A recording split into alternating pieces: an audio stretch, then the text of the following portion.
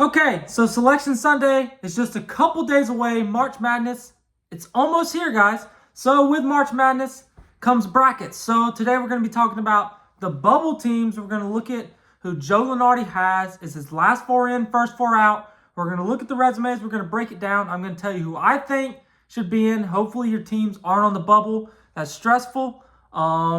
It's the best time of the year, and every year there's always these debates. Who's in, who's out? I'm going to tell you who should be in, who should be out. So let's take a look at it. So we're looking at Joe Lunardi's bracket here. He just released this a couple hours ago. It's very fresh. It's after yesterday's action in the conference tournaments.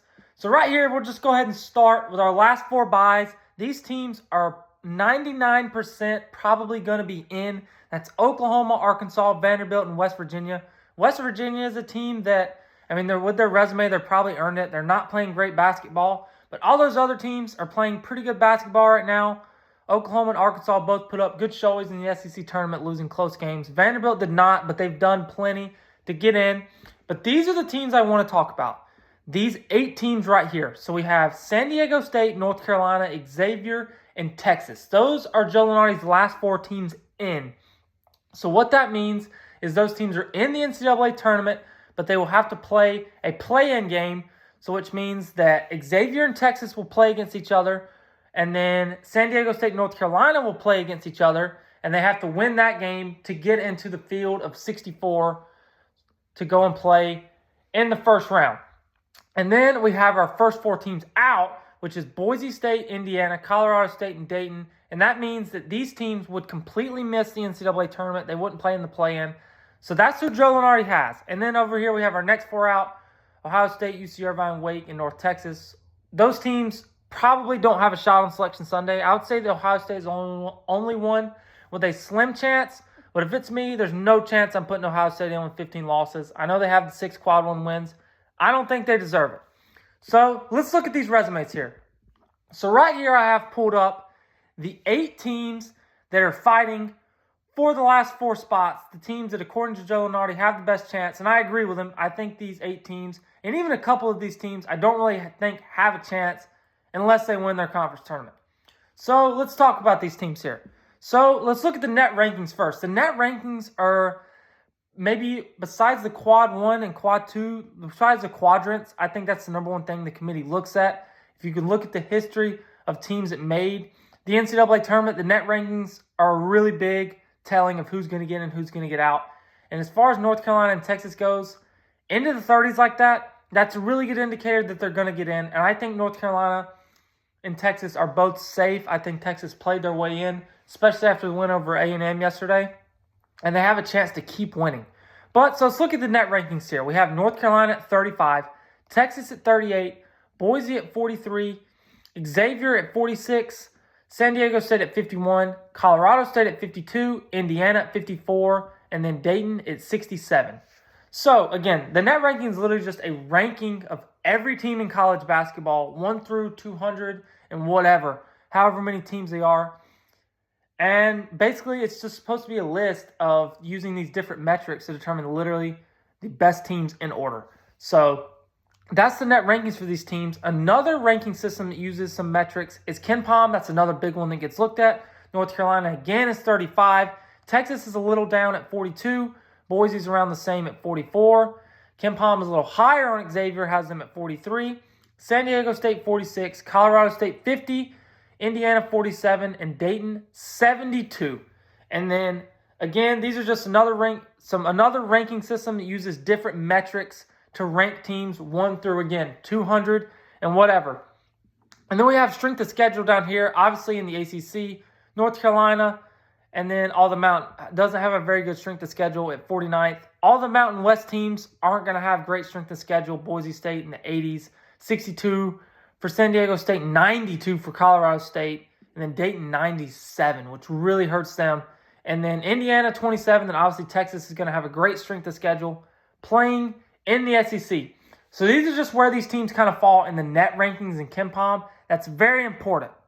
Again, that's one of the things the committee looks at very heavily when deciding who gets into the NCAA tournament. It's a very telling metric. They use a lot of different things that kind of go into it to make the computers really like these teams.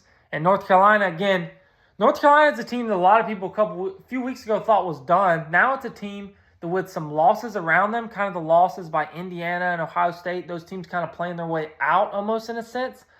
And also North Carolina, if North Carolina wins against Duke, I mean, they're 1,000% in. They played Duke this afternoon. I think they're already in just because of things that have happened around them. But the net rankings, the metrics really like North Carolina for some reason. They're 35th in the net, even with some other flaws that they have that we'll talk about in a second when we move on to looking at some other things. And now what I want to look at is the quadrants. Your quads are probably your most important thing that is looked at when comparing resumes. And I'll tell you how it works. So quad wins line up directly with the net rankings. So teams that are 1 through 30th in the net, if you beat that team at home, you get a quad 1 win.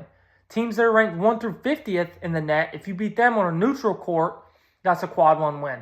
And then teams 1 through 75 in the net, that is a quad 1 win on the road. And then quad 2, it's the same thing. It's 31 through 75 at home, 51 through 100 neutral. You get the gist, and it goes same all the way down. And there's quad 3 and quad 4. So the number one thing the committee is looking at is they're looking at your quad 1. They're looking at your quad 1 wins. How many teams in the field did you beat? How many good teams did you beat? And they're also looking at your quad 3 and 4, but they're not looking at those for wins. They're looking at that for the loss column. Did you lose against bad teams? So let's talk about this here. So North Carolina is 1-11 versus quad 1 teams. They have one quad 1 win all year. Not very good, especially considering they got 12 chances, which a lot of teams in the ACC didn't get. They played an extremely hard schedule in the non-conference. They went out and played Florida. They lost a close game. They played Kansas. They played a lot of really tough games, lost some close games. They're only able to pick up one quad 1 win over UCLA in the non-con, and that's the only one they have. Texas has played 17 quad 1 wins and has 7 wins in those games, or 17 quad 1 games and has 7 wins. Pretty impressive. Like I said, Texas has probably played their way in after picking up 2 quad 1 wins the past 2 days. Boise State is 2-5 in the quad 1. Xavier is 2-9 in the quad 1. San Diego State is 3-6. Colorado State is 1-5. Indiana is 4-13, also playing 17 quad 1 games. But look at Texas's record in the quad 1 compared to Indiana. And then Dayton, who is 3-3 in quad 1 games. And then you look at quad 2 here. Quad 2, those can be good wins. I mean, quad 2 wins is a good, solid win.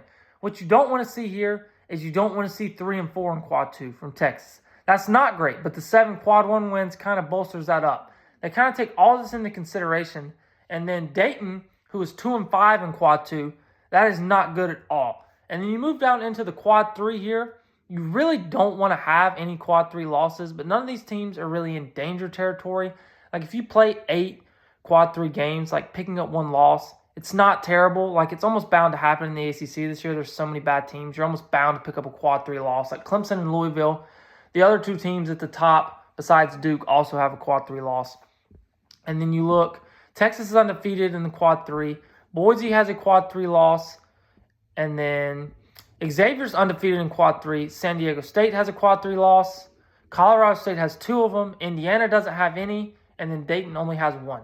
Quad 3 losses are bad losses, though. And then actually here we have Boise State, who has a quad 4 loss. That is horrendous. You do not want to lose a quad 4 game. Quad 4 teams are basically the worst Division I teams in the country. That's what that is. Then you have your non-D1 section down here, which is literally just what it sounds like. That is non-Division I competition. So when we take all this into effect, again, we're looking mostly at your quad, like your first 3 quadrants here. And then your quad 4 is normally irrelevant, but Boise State does have a quad 4 loss. So the most impressive here, Texas has your most quad 1 wins. Obviously, they've had the 17 chances. One of the things where these Mountain West teams can kind of struggle is be for opportunity. But the thing is they've all went out and played a decent schedule in the non-conference. So now I want to talk about what are some of these teams' best wins and what their resumes kind of look like. Like I said, starting with North Carolina, let's start up top. North Carolina, Their best win came against UCLA in the non-conference. That's their sole quad one win. Now I want to talk about Texas here. Moving into Texas. Texas has a lot of good wins. Playing in the SEC, you get a lot of chances. But still, 7-10 is a pretty good record against the quad one, all things considered, against the competition. So they beat Texas A&M a couple of times, including on a neutral court yesterday. That's probably their best win. They beat Missouri. They have beat Kentucky. And they've also beat Mississippi State. That's some of Texas's best wins on the year. Now let's move into Boise State here. Boise State beat Clemson in the non-con. Clemson is ranked number 10 in the AP poll right now. A really good team. That's a win that's going to really help them come March. They probably didn't know it at the time on November 17th. Boise State has also beaten New Mexico. They have also beaten Utah State. Those are teams that are going to be in the field. They beat San Diego State the other day, and then they play New Mexico tonight in what will be an extremely important game. Xavier is a team that has been surging. They're a team that started off slow in Big East play, but had won 8 games in a row before losing to Marquette yesterday. They beat Creighton in that time span. They have beaten UConn this season. They beat Villanova. They beat some of the better teams in the Big East. I know Villanova's down. They're not as good as they used to be. But they have some pretty good wins. Xavier's team, I think, should get in. I also value playing good basketball. I know it's the whole body of work, but they're playing really good basketball right now. I think they should get in. Now let's go on to San Diego State. San Diego State probably has the best win on this list as they beat Houston on a neutral court. They also beat Creighton on a neutral court. Those are incredible wins. Those are big-time wins that are really helping them and probably the reason they're still hanging on, according to Joe Lunardi. They beat Boise State on the road. They also beat Colorado State, who was fighting for a spot. They beat Boise again. And they also just recently beat New Mexico, who, like I said, is clearly in the field, the number 1 seed in the Mountain West. So San Diego State has some good wins. They also have some bad losses, but they have some really good wins. Colorado State, this is an interesting team to me. Resume-wise, they're not that good, but again, they're playing their best basketball. They have 8 straight wins right now. They just beat Nevada in the conference tournament. They have a chance to play Utah State today. They just beat Utah State for their only quad one win a few days ago. This is a game they need to pick up. Colorado State, in all likelihood, probably has to at least get to their conference tournament championship. A good chance they probably need to win their conference tournament to have a chance to play in March. And then Indiana here. Indiana is a team that, in my opinion, shouldn't be in. They've probably played their way out. They've had tons of chances against the quad one, 17 quad one games, haven't been able to pick up many wins. When they beat Ohio State last Saturday, I thought they were in, but then just kind of some things that have happened around them haven't worked well for them. And realistically, Indiana's probably not a tournament team. I don't think they deserve to be in. But they have beat Purdue. They have beat Michigan State. They have some good wins this season, but again, playing in the Big Ten, you're going to have a chance for some big wins. They probably needed to pick up a couple of more, though, to have a chance to get in. I still think they have a chance. There's not no shot, but I think it's unlikely that they get in. And the last team here we're looking at is Dayton. Dayton just picked up a huge win at VCU, the number 1 team in their conference in the regular season. They play St. Joe's tonight. Dayton, to me, I think has to win their conference tournament. They did really well in the non-con. They put up a great showing in Maui, lost to North Carolina by 2, lost to Iowa State by 5, and then they beat UConn by 18. Then they went and beat Marquette a couple weeks later, and then they get into A10 play, and they just didn't do well at all. Dayton is a team who really underperformed in the A10, which is there why you see the 2 and 5 in quad 2 is a lot of their conference games. The quad 2 and quad 3 area, there's just not a lot of chances for quad 1 wins in the A10. So all they had to do was kind of just beat up on teams they should have beat, but they didn't do that. I think they kind of was some fool's gold with them in the non-conference. They really weren't as good as they played, or they've just kind of underwhelmed in conference play. I think Dayton has no shot to get in unless they win their conference tournament. And again, that's another big thing to take into consideration is bid stealers. A bid stealer is basically a team that is not going to make the NCAA tournament, but they win their conference tournament to get the automatic qualifier, and then they take a spot from someone else. I think Dayton is a bid stealer. They're listed on the bubble because the bubble is so weak, but Dayton realistically doesn't have a chance. Like if they lose to St. Joe's tonight, they're cooked. They're done for. So looking at all this, I think that Lunardi has it right. I think that if the selection committee had to pick today, I think these are the teams they would go with. Boise State, I think, still has a good chance to play their way in. Indiana, again, is done playing. I really want to see Colorado State in the tournament. I think they probably have to, again, probably win their conference tournament, but I would love to see Nick Clifford, one of the best players in the country. If you haven't heard about him, you will if he makes March Madness. He's that good. But these 4 teams here, I think they have the best resume. I don't love San Diego State. They just lost. Again, I think Boise's better than them. I think Colorado State is a better team than San Diego State. I think Indiana's probably a better team than San Diego State. But San Diego State has a really good resume. That non-conference, which was terrific. That Houston win is doing wonders for them. So I think San Diego State is probably going to get in the tournament based off resume. But they're just really not playing that great of basketball. Then they also picked up the big win at the end of the year versus New Mexico to kind of end strong. So they're probably going to get in. But again, guys, every year, the thing about it is we can make all these predictions. We can look at all these numbers. We can look at all these things. But we don't know what the selection committee is going to do. It ultimately comes down to them. We can make a good educated guess. These are the 4 I would go with if I was them. I think Lenardi has it right. I really like this. The bubble is so crazy this year, though. It is really weak. Like, we have North Texas on the bubble in the next 4 out. Like, that never happens. Teams like that, UC Irvine, and then Ohio State at 17 and 15 legitimately did everything in their power to miss the tournament. Like, with their 6 quad 1 wins, they were basically in if they could just beat anybody down the stretch. And they just, I mean, they did everything they could to miss the NCAA tournament, and they still probably have a chance to get in on Selection Sunday. The bubble is insane this year. It's the best time of the year. Comment down who you think should get in out of the bubble teams. Thank you so much for watching this video. We're posting content all the time during March Madness. There's videos coming out every week, so make sure to subscribe to stay up to date with the videos we post. And thank you guys so much for watching this video.